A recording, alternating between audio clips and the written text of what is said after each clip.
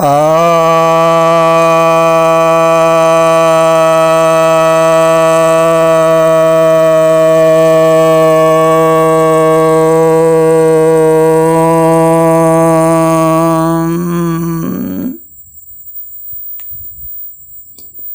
भक्तजनों को सप्रेम नमन। भक्तों, आज मैं आपके समक्ष महर्षि पतंजलि के योग सूत्र ग्रंथ के दूसरे अध्याय, जिसे साधन पाद भी कहते हैं, के 31वें सूत्र की व्याख्या करने जा रहा हूँ। यह सूत्र कहता है, जाति देश काल समय अनविक्षण सार्वभौम महाव्रतम। अर्थात जाति देश काल और समय की हद से रहित सभी भूमियों में पालन करने योग्य जो भी यम हैं वे महाव्रत कहलाते हैं। यहाँ पर यम को महाव्रत कहा गया है उस समय जिस वक्त वह हर भूमि में, यानी हर परिस्थिति में, हर देश में, हर जाति में सभी के लिए सर्वदा प्रयुक्त हो रहा हो। तो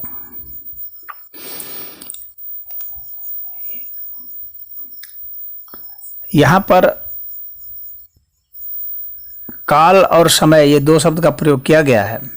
और कुछ लोग भ्रमित हो सकते हैं कि जब काल है तो फिर समय क्या, काल और समय का तो अर्थ एक ही है, परंतु यहाँ पर अलग अर्थ में प्रयोग किया गया है। काल का प्रयोग तो समय के लिए किया गया है, लेकिन समय का जो प्रयोग है वह परिस्थिति के लिए किया गया है, वह नियम विशेष के लिए किया गया है। तो यहाँ पर भ्रमित नहीं होना चाहिए। तो अब यहाँ पर जो जाति की बात है, तो जाति का अर्थ हो गया कि किसी प्राणी विशेष के लिए, जैसे गाय है, वनस्पति है, पशु है, कीट है, पतंग है, ये सब कीड़े मकोड़े जो भी हैं, तो ये सब जो प्राणी हैं या मनुष्यों में से बुजुर्ग हैं, बड़े हैं, इस टाइप से, तो ये सभी जाति के तहत आ जाएंगे। और देश का अर्थ स्थान विशेष से है, जहाँ हम लोग रहते हैं उससे मतलब है। और काल का तो समय से मतलब है, जैसे सुबह, दोपहर, शाम, रात्रि, या वार से, सोमवार, मंगलवार, जो भी सप्ताह के हैं, या महीनों से, या वर्ष से। और समय का यहाँ पर जो मतलब है वह नियम से है, परिस्थिति से है, कि इस परिस्थिति में मैं यह करूँगा, उस परिस्थिति में वह करूँगा। तो कुछ लोग अब इसमें क्या करते हैं कि जो यम का पालन करते हैं, जो कोशिश करते हैं पालन करने का, वे ऐसा करते हैं, कहते हैं कि मैं गाय को नहीं मारूंगा, तो बछड़े को नहीं मारूंगा, लेकिन सूअर को काट के खा जाऊंगा। तो इस तरह से वे अहिंसा व्रत का पालन करना सोचते हैं। ब्राह्मण को नहीं मारूंगा, लेकिन छोटी जाति वालों को मार दूंगा। बुजुर्ग को नहीं मारूंगा, बच्चे को पीट दूंगा। तो यह महाव्रत नहीं कहलाता है। यह तो आपका पक्षपात है, और यम को सही तरीके से नहीं समझने के कारण ही इस तरह का अपने दायरा खींच रखा है।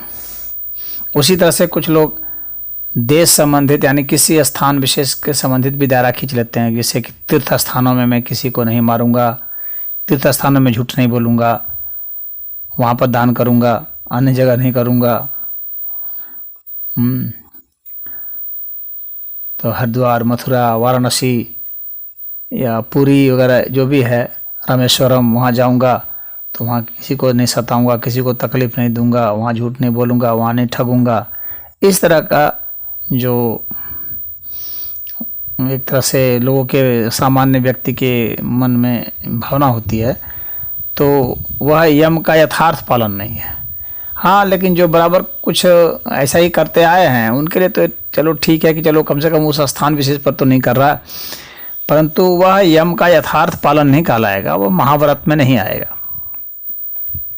उसी तरह से कुछ लोग समय के हिसाब, काल के हिसाब से सोच लेते हैं कि चतुर्दशी को नहीं कुछ गलत काम करूँगा तो पूर्णिमा के दिन नहीं करूँगा, अमावस्या के दिन नहीं करूँगा तो एकादशी के दिन नहीं करूँगा, या मंगलवार को हनुमान जी का व्रत रखता हूँ तो उस दिन नहीं करूँगा।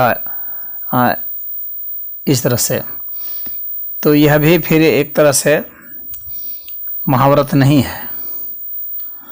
महाव्रत तो यहाँ पर है कि इससे अनविच्छिन्न होना चाहिए, यहाँ पर कोई सीमा नहीं होनी चाहिए,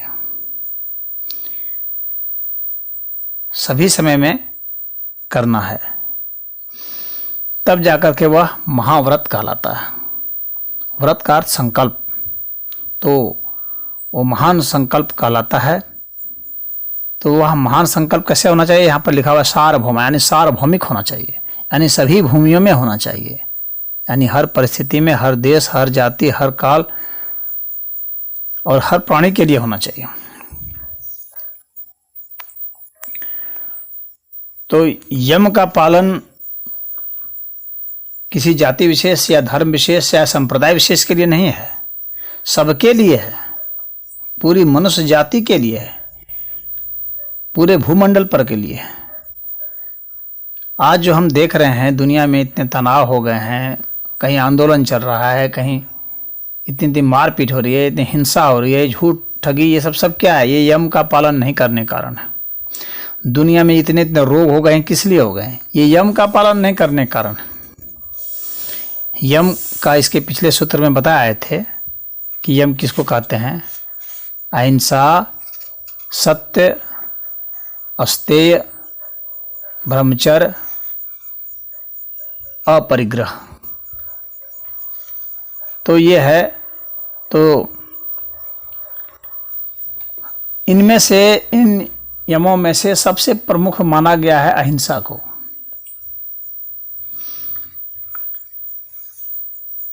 क्यों? क्योंकि बाकी जो यम हैं वे तो जीवन के किसी काल में हैं, और जो अहिंसा है वह तो जीवन ही है एक तरह से, इसीलिए जीवन को ज्यादा महत्व दिया गया है। तो इसीलिए जितने भी बाकी जो यम हैं, चाहे सत्य हैं, भाई जीवन रहेगा तभी तो सत्य बोलेंगे या झूठ बोलेंगे, जीवन ही नहीं रहेगा तो सत्य और झूठ बोलने का कोई मतलब नहीं है। उसी तरह से अस्तेय है, तो चोरी करना या नहीं चोरी करना, अचौर्य या अचौर्य, दोनों ही स्थितियां तभी तो है जब तक जीवन है। उसी तरह से ब्रह्मचर्य भी तभी तक है जब तक जीवन है, जीवन के लिए ही है। और उसी तरह से परिग्रह या अपरिग्रह, दोनों ही परिस्थितियां जब हम जिंदा हैं तभी तो है, इसीलिए हमारा जो जीवन है यह सबसे महत्वपूर्ण है। तो इसीलिए सारे जो यम हैं, चारों यम, वो पांचवा जो यम यह है अहिंसा, इसी के लिए, इसीलिए अहिंसा को सबसे पहले रखा गया है। तो जितने भी संत रहे हैं उन्होंने अहिंसा को महत्व दिया है, और अहिंसा की अवहेलना के कारण ही पूरी दुनिया में अराजकता फैली हुई है, विद्वेष फैले हुए हैं, मारपीट फैली हुई है, परस्पर वैमनस्यता फैली हुई है। इसको महत्व नहीं दिया गया। ऐसे ऐसे संप्रदाय भी उत्पन्न हो गए, जैसे इस्लाम है, वो मारपीट पर ही चल रहा है, उसी से वो बढ़ रहे हैं। तो ये आसुरी शक्तियां हैं। और उसके कारण क्या है कि उनके भीतर ही फिर मारपीट है, विद्वेष है, फिर वहाँ आपस में ही वो तनाव है, वो तनाव रहेगा ही रहेगा। अहिंसा का जब पालन नहीं होगा तो तनाव रहेगा। तो अब ये प्रश्न यह भी उठता है कि क्या हर परिस्थिति में इसका त्याग होना चाहिए? तो अहिंसा के स्वरूप को समझना पड़ेगा। हिंसा के स्वरूप को समझिए। शारीरिक हिंसा भी हो सकती है, मानसिक हिंसा भी हो सकती है, आध्यात्मिक हिंसा भी हो सकती है।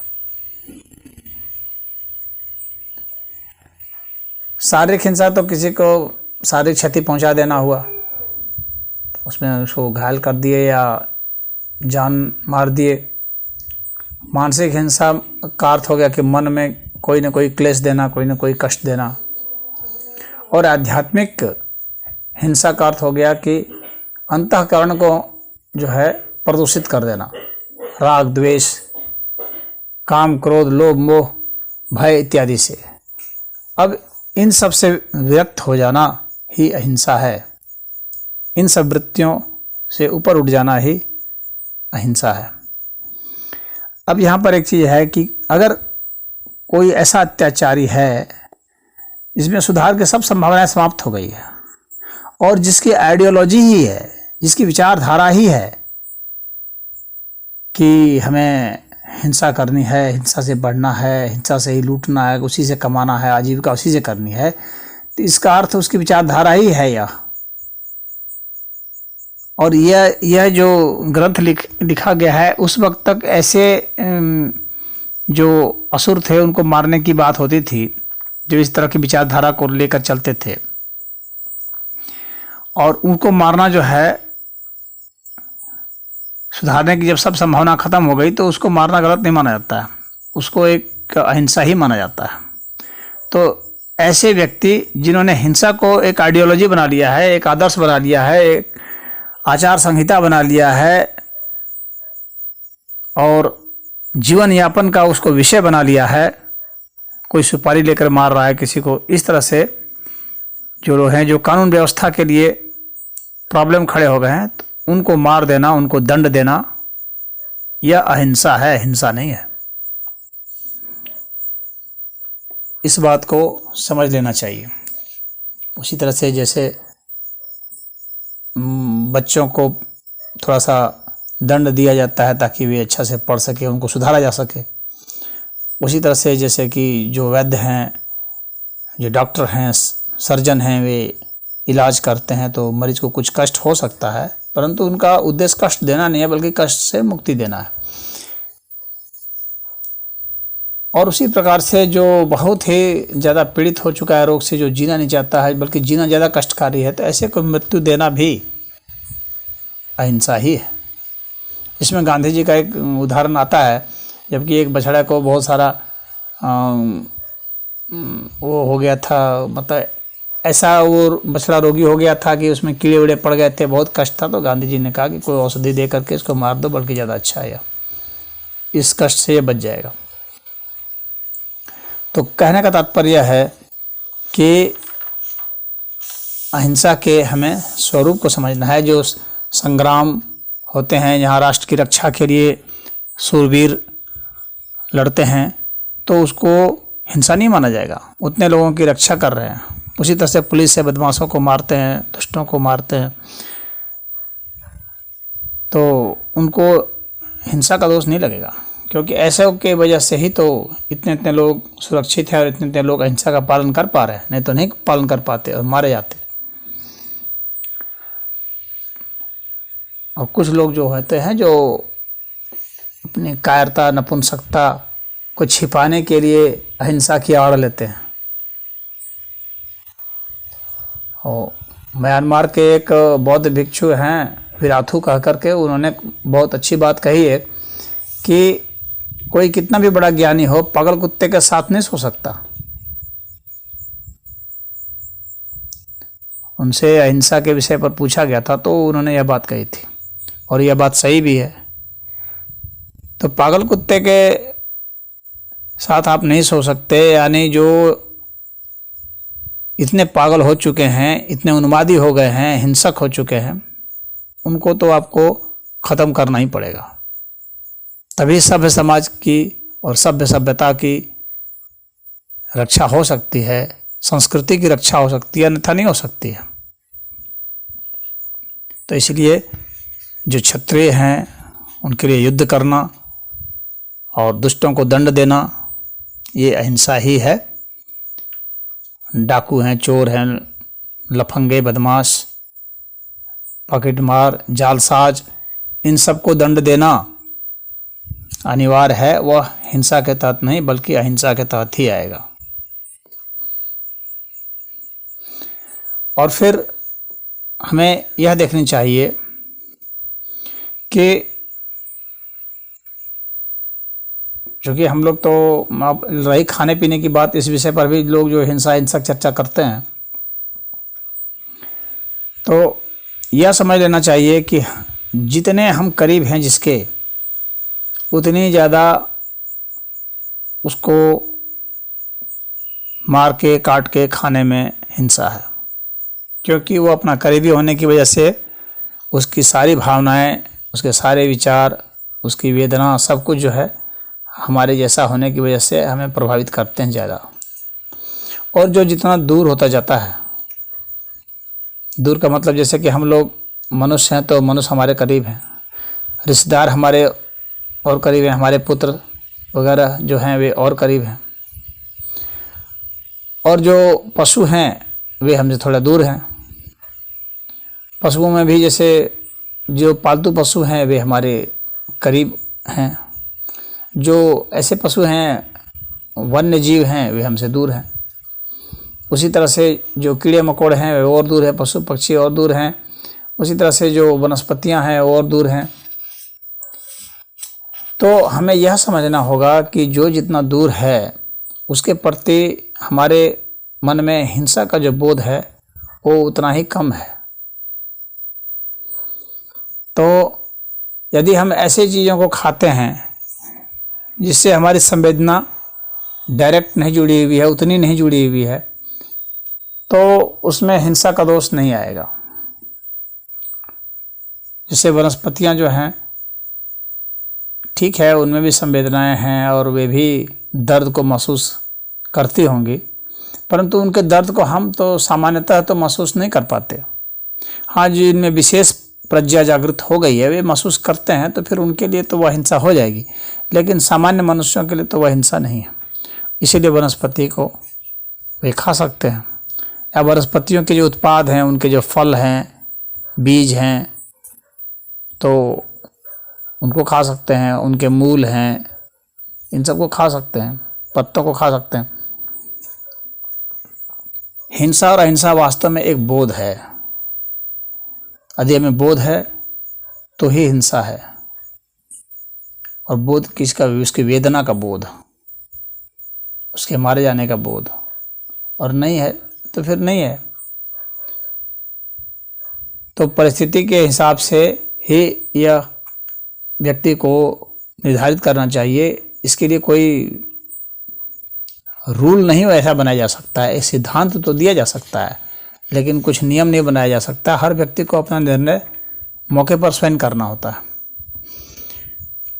अब रही सत्य की बात, तो सत्य तो उसको धर्म माना गया है, परंतु सत्य सिर्फ वाणी का विषय नहीं है, ये हर तरह के अभिव्यक्ति का विषय है, चाहे इशारे से हो, संकेत से हो, चाहे किसी अन्य प्रकार से हम अभिव्यक्त करते हो, तो इन सबको देखा जाएगा।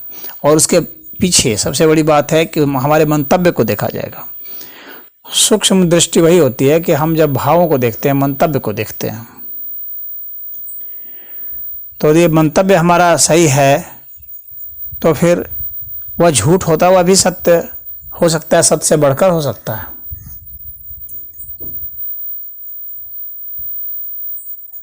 तो जो कड़वे सत्य होते हैं, यानी जो सुनने में अप्रिय लगे, जो हिंसा पैदा करे, वैसे सत्य अच्छे नहीं माने जाते हैं, बल्कि वो असत्य से ज़्यादा बदतर माने जाते हैं, और वो बहुत बड़ी संभावना रखते हैं आगे विकट परिस्थिति, संकट की परिस्थिति को पैदा करने में। जैसे कि उदाहरण के लिए द्रौपदी ने कहा था दुर्योधन को, जब वो यज्ञ में आया था इन लोगों के महल में, जिसको कि मैदानव ने बनाया था, और वो महल ऐसा बना था कि जिसमें कि पानी और फर्श में अंतर नहीं दिखता था। तो दुर्योधन वहाँ पर लड़खड़ा जाता था। जहाँ दरवाज़ा है वहाँ पर लगता था जैसे दीवार है, और जहाँ दीवार है वहाँ लगता था कि दरवाज़ा है, तो उसे टकरा जाता था। तो उसके कारण जो है द्रौपदी ने उसका उपहास किया, मजाक उड़ाया और कहा कि धृतराष्ट्र के पुत्र देखो दरवाज़ा उधर है। तो ऐसा कहने के पीछे द्रौपदी का मंतव्य जो था वो यह था कि धृतराष्ट्र चूँकि अंधे हैं तो उसी तरह से तुम भी अंधे हो, आंख रहते हुए भी अंधे हो। और यह भावना जो थी द्रौपदी के मन की भावना, ये दुर्योधन को भी चुभ गई, और उसके बाद उसने जो है बदले की भावना से फिर इन लोग के महल का और द्रौपदी का भी, दोनों का ही अपमान किया, दोनों की ही दुर्दशा की, और महाभारत युद्ध जैसा विनाशकारी युद्ध उपस्थित किया। तो हमारे थोड़े से वचनों से बहुत कुछ हो सकता है। और एक घटना और इसकी है महाभारत की, जिसमें कि युधिष्ठिर अर्जुन के गांडी को धिक्कारते हैं, और अर्जुन प्रतिज्ञा किए रहते हैं कि जो है जो मेरे गांडी को धिक्कारेगा उसको मैं वध कर दूंगा, उसको मैं मार दूंगा। और धिक्कारते इसलिए हैं क्योंकि वो कर्ण के द्वारा जो है बहुत बुरी तरह से युद्ध में पराजित किए जाते हैं, और कर्ण उन्हें पकड़ करके भी छोड़ देता है, तो अपमानित भी कर देता है। तो उसको अर्जुन को धिक्कारते हैं, तो वहाँ पर उनका आशय जो है उसको धिक्कारना नहीं है, बल्कि एक तरह से उसे उत्तेजित करना है, कर्ण के प्रति आक्रोशित करना है कि जब तक कर्ण नहीं मरेगा तब तक हम लोग युद्ध नहीं जीत सकते। परंतु अर्जुन इस मंतव्य को, छिपे हुए अर्थ को नहीं समझ करके ये बच्चों जैसी बात करता है कि हमने प्रतिज्ञा कर रखी है कि जो हमारे गांडी का अपमान करेगा उसे मैं मार दूंगा, तो मैं कर्ण को बाद में मारूंगा, पहले इस युधिष्ठिर को ही मारूंगा।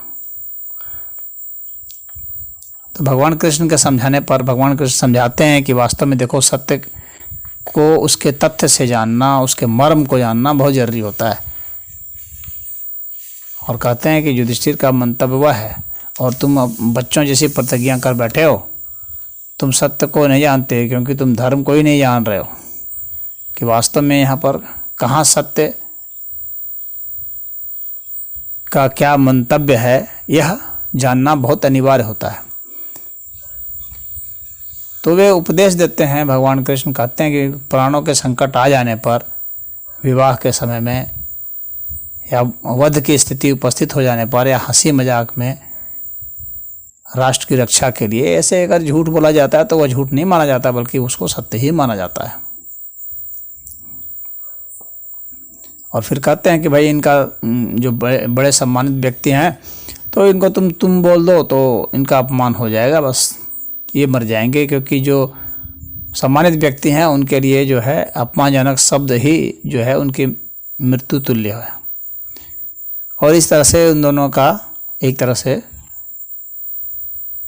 मामला हल कर देते हैं, अन्यथा वहाँ पर जो है बहुत बड़ा अनिष्ट हो सकता था। तो बिना सत्य के मर्म को जाने यदि हम ऐसे बोलते हैं तो वहाँ अनिष्ट भी हो सकता है।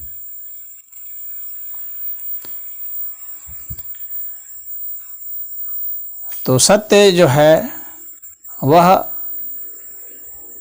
ऐसी स्थिति में भी कई ऐसी परिस्थिति भी आ जाती है जबकि आप दुश्मनों के द्वारा घेर लिए जाते हैं, या ऐसे अनवांछित व्यक्ति द्वारा जो बलवान व्यक्ति है उसके द्वारा घेर लिए जाते हैं, आपके पास कोई रास्ता नहीं रहता है, आप उसका प्रतिकार नहीं कर सकते हैं, तो वहाँ पर अपनी बुद्धि से आप बच के निकल सकते हैं, झूठ बोल के निकल सकते हैं। तो वह झूठ बोलना कोई गलत नहीं है। आप चुप रह सकते हैं यदि वहाँ पर अनिवार्य ही हो, तो आप इधर उधर की बात बोलकर निकल सकते हैं, या पागल जैसी कोई बात बोल सकते हैं जिससे वो समझेंगे पागल है तो छोड़ देंगे आपको। हाँ हूँ कर दिए, नानू कर दिए, कुछ इधर की बात, प्रश्न जिस विषय में पूछ रहा है आप उत्तर दूसरे विषय में देना शुरू कर दें तो वो सोचेंगे पागल है तो छोड़ देंगे। तो साधारण लोगों के लिए बहुत सारे उपाय हैं, तो उनको इस तरह से अपना बचाव कर लेना चाहिए। जो हिंसक लोग हैं उनका साथ नहीं देना चाहिए, दुष्ट पापियों का साथ नहीं देना चाहिए। वहाँ कोई न कोई युक्ति लगा लेनी चाहिए और रास्ता कुछ न कुछ निकाल लेना चाहिए। और यह जो है किसी प्रकार से अधर्म नहीं है, बल्कि यह सत्य ही माना जाता है, यह अहिंसा ही मानी जाती है। अब इसके बाद अस्तेय है, तो अस्तेय का अर्थ सिर्फ यह नहीं होता है कि दूसरे के सामान को नहीं चुराए, दूसरे के विचारों को भी नहीं चुराना चाहिए, और दूसरे के अधिकारों को भी नहीं चुराना चाहिए। और यदि हम किसी पर अन्याय करते हैं तो वह भी एक तरह से अस्तेय ही माना जाएगा। तो इसलिए अस्तेय का बहुत महत्व दिया गया है। जैसे व्यापारी मिलावट करते हैं या बाट में कम देते हैं या कीमत ज़्यादा ले लेते हैं, उसी तरह से जो वकील है अनावश्यक फीस ले लेते हैं, वैद्य जो है बहुत ज़्यादा फीस ले लेते हैं। अभी कोरोना काल है तो ऐसे में खूब कालाबाजारी हो रही है। ये सब क्या है? ये सब जो है अस्तेय ही है, चोरी है एक तरह से। अस्तेय का अर्थ चोरी करना। तो यह एक सामाजिक चोरी है, ज़्यादा टैक्स वसूल करना सरकार की तरफ से चोरी है। किसी को सामाजिक, राजनीतिक, धार्मिक दायित्व तो नहीं देना, नागरिक का हरण कर लेना, यह भी एक तरह से अस्तेय है। ऊंची जाति छोटी जाति जैसा व्यवहार करना और उनको कहना कि इनको जो है उनके धार्मिक अधिकारों का हनन करना, उनके सामाजिक अधिकारों का हनन करना, छुआछूत, ये सब जो भावनाएं हैं उनसे विवाह नहीं संबंध बनाना, उन्हें निमंत्रण पर नहीं बुलाना, ये सब अस्तेय के तहत ये सब आएंगे। और ये सब बहुत बड़े अपराध हैं एक तरह से, और पाप भी हैं। उसी तरह से अब जो है ब्रह्मचर्य की बात कर लें तो ब्रह्मचर्य में जो हमारी कार्य करने की शक्ति है वह सब ब्रह्मचर्य से ही है। ब्रह्म की तरह हमारी चर्या, विशेष मैंने पहले से बता रखा है तो इसलिए मैं बहुत ज़्यादा दोहराना नहीं चाहता यहाँ पर। तो ये शारीरिक, मानसिक, सामाजिक हर तरह से जो भी हमारी गतिविधियाँ होती हैं वो सब शक्तियों पर निर्भर है। और ये सब शक्तियाँ जो है जितना हम अपने बल को संरक्षित करते हैं, वीर्य को संरक्षित कर, वीर्य का मतलब वो सिर्फ वो शारीरिक वीर्य नहीं जो कि जवानों में होता है वीर्य, बल्कि वो बच्चों में भी जो भी बल है। तो जिस भी बल को हम अनावश्यक चीज़ में प्रकट करते हैं उसको बचा के रखना, ये ब्रह्मचर्य में से आता है। इसे क्रोध करने से भी हमारा बल प्रकट होता है, तो अनावश्यक क्रोध प्रकट करके अपने को नुकसान पहुंचाना, ये वीर्य की क्षति है एक तरह से। बल का वहाँ प्रयोग कीजिए जहाँ पर वास्तव में उसकी ज़रूरत है, क्रोध का वहाँ प्रयोग कीजिए जहाँ उसकी ज़रूरत है। अनावश्यक क्रोध प्रकट करना, अनावश्यक चीखना चिल्लाना, उसी तरह से अनावश्यक शोक चिंता में डूबे रहना, ये सब वीर्य का नाश करते हैं। तो अनावश्यक भयभीत रहना, अनावश्यक लोभ करना, अत्यधिक लोभ करना, अत्यधिक द्वेष करना, अत्यधिक घृणा करना, ये सब हमारे वीर्य का नाश करते हैं, हमारी शक्ति का नाश करते हैं। चुगली करते रहना इधर से उधर। तो इन सब से बचना चाहिए। इन सब से बचेंगे तो हमारी शक्ति बढ़ेगी और हमारा वीर्य बढ़ेगा, हमारा ओज तेज बढ़ेगा, क्योंकि वही वीर्य रूपांतरित होता है। तो शरीर का वीर्य अलग है, मनस शरीर का वीर्य अलग है, सूक्ष्म शरीर का वीर्य अलग है। सभी शरीरों के अलग अलग वीर्य होते हैं, अलग अलग शक्तियाँ होती हैं, और उन शक्तियों का रूपांतरण हम करते हैं तो वे आध्यात्मिक शक्तियों में परिवर्तित हो जाते हैं। अन्यथा यदि हम उसको नष्ट कर देंगे, और अपनी इंद्रियों से ही नष्ट करते हैं, आँख से, कान से, नाक से, मुंह से, मल द्वार से, मूत्र द्वार से, जनेंद्रियों से, इन सब से हम नष्ट करते हैं। तो इनको हमें बचा के रखना चाहिए, संवर्धन करना चाहिए, और सही जगह, सकारात्मक जगह इसका प्रयोग करना चाहिए। यही ब्रह्मचर्य है। ऋतु काल में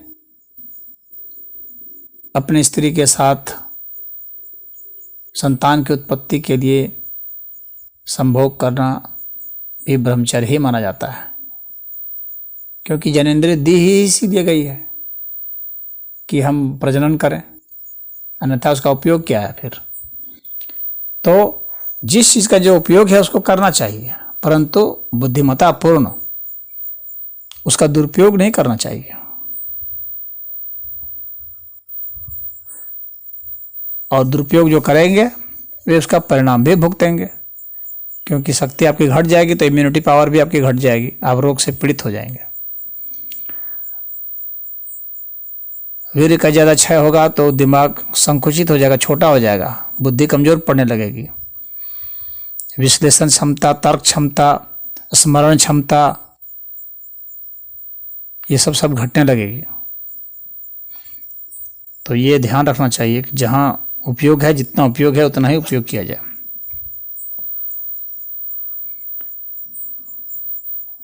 अगर हम ब्रह्मचर्य व्रत का पालन करते हैं तो हमारी शक्ति, अगर हम शारीरिक परिश्रम करने वाले, अगर हम सैनिक हैं तो हमारी शक्ति मजबूत हो जाएगी, शारीरिक शक्ति। अगर हम बौद्धिक व्यक्ति हैं, पत्रकार हैं, वकील हैं, वैज्ञानिक हैं, तो फिर हमारी बौद्धिक क्षमता बढ़ जाएगी। तो हमारी जो क्षमताएं हैं वो काफ़ी ब्रह्मचर्य से बढ़ जाती हैं। हम जिस क्षेत्र में होते हैं उस क्षेत्र में हम आगे निकलते चले जाते हैं, क्योंकि वो शक्ति उसी में रूपांतरित होती है। एक बहुत अच्छा उदाहरण है कि स्पार्टा जो था, यूनान का उस वक्त देश था, आज जो कि इसको यूनान कहा जाता है, ग्रीक कहा जाता है। तो उस पर हमला किया था ईरान का एक शासक था, कैखुसरो, जिसको जेरेक्स भी कहते हैं। तो जेरेक्सिस ने जो हमला किया था तो 3 लाख सैनिकों के साथ हमला किया था, और स्पार्टा में मात्र 300 वीर थे, लेकिन वे बहुत ही पुष्ट थे, मजबूत थे, बहुत उच्च स्तर के सिलेक्टेड थे, समझ लीजिए कि कमांडो थे, और कहा सब ब्रह्मचारी थे। तो उन 300 सैनिकों ने उन 3 लाख सैनिकों को रोक दिया था, और इस तरह से यूनान को बचा लिया था, स्पार्टा को बचा लिया था। तो ब्रह्मचर्य से ऐसा संभव है। उसी तरह से हमारे भारत में भी सिखों के एक जत्थे ने मुगलों की सेना को, मुसलमानों की सेना को हरा दिया था। तो ऐसा तभी संभव है जब हम उस तरह का पालन करते हैं। तो अब इसके बाद अपरिग्रह है इस महाव्रत में। अपरिग्रह का अर्थ होता है अपनी आवश्यकता से अधिक इकट्ठा नहीं करना। आज दुनिया में जो धन की इतनी ज़्यादा आर्थिक असमानता जो हो चुकी है, जिसके कारण तमाम तरह के युद्ध हो रहे हैं, ठगी हो रही है, लूट है, और इतने इतने जन आंदोलन हो रहे हैं, तो ऐसा इसलिए है क्योंकि इस यम का पालन नहीं किया जा रहा है, अपरिग्रह का पालन नहीं किया जा रहा है। तो अपरिग्रह का पालन होना चाहिए। यदि पालन होता है तो ये सब जो मुंह बाय खड़ी हैं ये सब समस्याएं, इनसे हम छुटकारा पा सकते हैं।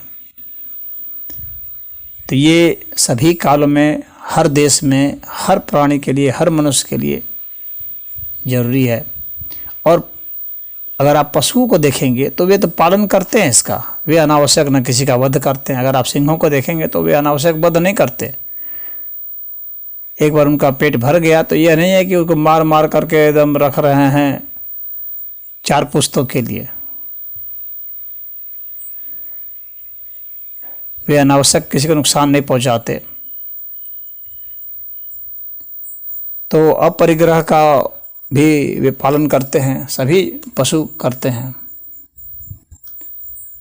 और उनका व्यवहार बहुत संयतपूर्ण होता है। वो अगर आप उनके यौन संबंधों को भी देखेंगे तो अनावश्यक वे अपनी यौन शक्ति को नष्ट नहीं करते। और मनुष्य तो अनावश्यक बहुत नष्ट करता रहता है।